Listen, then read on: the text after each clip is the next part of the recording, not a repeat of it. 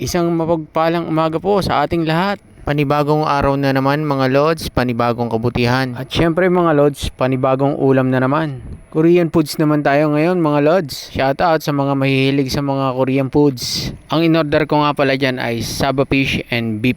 Napakabisa niyan, Lods. Must try yan, Lods. Must try. Lods, mga kwento ko lang ha. Kasi napasyat na naman ako kagabi. Napainom, syempre, pakikisama. Di naman may iwasan yun, di ba? Paminsan-minsan lang naman yun, mga Lods. Para ma-relax ba? Ganon. Pero kung mapainom ka man, kinagabihan, huwag mo kakalimutang may responsibilidad ka kinabukasan. May trabahong naghihintay sa'yo na kailangan mong gawin para kumita ng pera at para makaipon at para makatulong sa pamilya. At kailangan mo ring isipin ang kalusugan mo kasi hindi ka na bumabata. Sana nga Lods, noon ko pa ito na-realize. Hindi yung kung kailan matanda na ako, di ba? Pero hindi pa naman huli ang lahat para sa akin, di ba? Unti-unti ko nang binabago ang buhay ko mga Lods. Salamat sa tulong ng aking pamilya at syempre ng Panginoong Diyos na laging andyan para sa akin. Unti-unti ko nang natutupad ang mga pangarap ko sa buhay. Hindi man agad-agad pero at least may patutunguhan na. Ang mahalaga, may direksyon na ang buhay mo. May pangarap ka nang binubuo. Malaki man o maliit, ang mahalaga, pinaghirapan mo, pinagsikapan mo. Kasi ang pangarap, hindi isang pitik lang andyan na.